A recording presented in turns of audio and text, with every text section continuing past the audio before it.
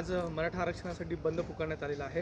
व्यापारी संघटनेचा नेमका कसा पाठिंबा असणार आहे आणि कुठल्या संघटनेच्या माध्यमातून आपण इथं त्यांना समर्थन करताय? मी संतोष सोनी, बीड जिल्हा अध्यक्ष व्यापारी महासंघ कॅट, मराठवाडा व्यापारी महासंघ अध्यक्ष कॅट। आज मराठवाडा व्यापारी महासंघाच्या वतीने, कॅटच्या वतीने आणि बीड जिल्ह्याच्या वतीने आम्ही हा बंद पाळला आहे।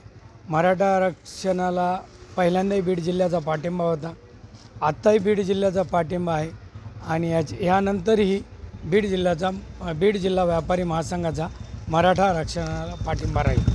कशात पूर्ण काल रात्रीच आम्हाला मराठा क्रांती मोर्चाचे समन्वयक सगळ्यांनी आमच्याशी संपर्क साधला आणि ऑलरेडी आम्ही त्यांच्यासोबतच आहोत आणि कालच आम्ही त्यांना आश्वासन दिलं आहे आणि काल आम्ही पूर्ण आमचं जे फेसबुक आणि मीडियाचं माध्यम आहे